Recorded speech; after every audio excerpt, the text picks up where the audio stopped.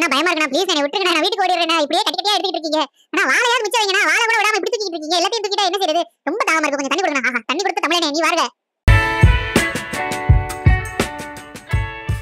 வணக்கம் நண்பர்களே இந்த ஜெர்மன் ஷெப்பர்ட் பார்த்தீங்கன்னா ஹெவி நாட்ஸோட நம்ம இடத்துக்கு வந்திருந்தாங்க ஸோ அவங்களுடைய பெட் பேரண்ட்ஸ் வந்து ஃபுல்லாக ட்ரிம் பண்ண சொல்லி கேட்டிருந்தாங்க வந்து நாட்ஸ் மட்டும் எடுக்க சொன்னாங்க நான் அவங்ககிட்ட சொன்னேன் நாட்ஸ் மட்டும் எடுத்தோம் அப்படின்னா கொஞ்சம் தான் ஃபர் இருக்கும் அது பார்க்குறதுக்கு அசிங்கமாக இருக்கும்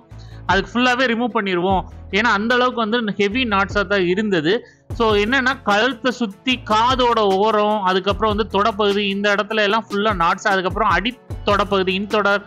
எல்லாத்தையும் வந்து கட்டிகளாக இருந்தது ஸோ இது ரிமூவ் பண்ணும்போது பார்த்தீங்கன்னா சார் ரொம்ப டென்ஷனாகவே இருந்தார் ரொம்ப ஸ்ட்ரெஸ்ஃபுல்லாக இருந்தார் அதனால் கொஞ்சம் கார்னர் பண்ணி தான் நம்ம வந்து ரிமூவ் பண்ண வேண்டியது ஏன்னா இல்லாட்டினா என்ன செய்வான்னா துள்ளி குதிச்சிருவான் ஸோ அதனால் கார்னர் பண்ணி அந்த தொடப்பகுதி இது எல்லாத்தையும் நம்ம ரிமூவ் பண்ணிக்கிட்டு இருந்தோம் கொஞ்சம் நேரம் கழித்து அவனே வந்து ஓகே சாட்டிஸ்ஃபைடு அவனே வந்து ஒரு கம்ஃபர்டபுள் ஜோனுக்கு வர ஆரம்பிச்சிட்டான் அதுக்கப்புறம் பார்த்தீங்கன்னா படுத்துக்கிட்டான் ஸோ இப்போ தான் வந்து அவன் ஒரு கம்ஃபர்ட் ஜோனுக்கே வந்திருக்கான் இந்த மாதிரி வந்து கம்ஃபர்ட் ஜோனுக்கு வந்த பிறகு எனக்கு ரொம்ப ரொம்ப ஈஸியாக இருந்தது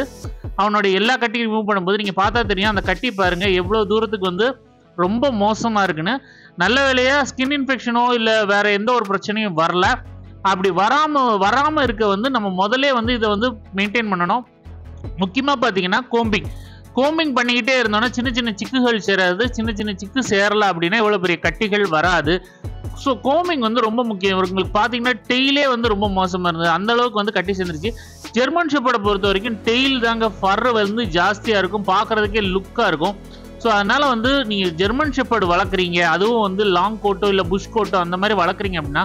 கண்டிப்பான முறையில் நல்ல கோம்பிங் பண்ணுங்கள் ஸ்லிக்கர் ப்ரஷ் வாங்கிக்கோங்க முள்ளாக இருக்கும் அது டாக்ஸ் ஏதாவது செய்யுமான்னா அதெல்லாம் கிடையாது சின்ன சிக்காக இருந்தாலும் அது நீட்டாக எடுத்து விட்டுரும் இந்த மாதிரிலாம் பண்ணிங்கன்னா தான் இந்த மாதிரி ஜெர்மன் ஷெப்பர்டில் நீட்டாக மெயின்டைன் பண்ண முடியும்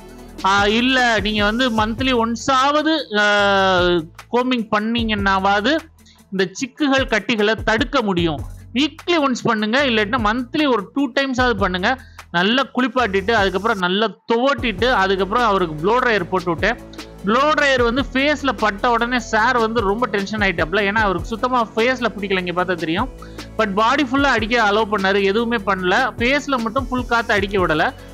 இருந்தாலும் பரவாயில்ல நம்ம கொஞ்சம் சவுண்ட் விட்டு அவரை அடக்கி வச்சு முடிச்சு விட்டாச்சு அடுத்து லாஸ்ட்டாக பெர்ஃப்யூம் ஸ்ப்ரே அடித்து அவரை கிளப்பியாச்சு நீங்கள் பார்த்தா தெரியும் ஃபேஸில் மட்டும்தான் முடி இருக்கும் உடம்பு ஃபுல்லாக முடியை ரிமூவ் பண்ணியாச்சு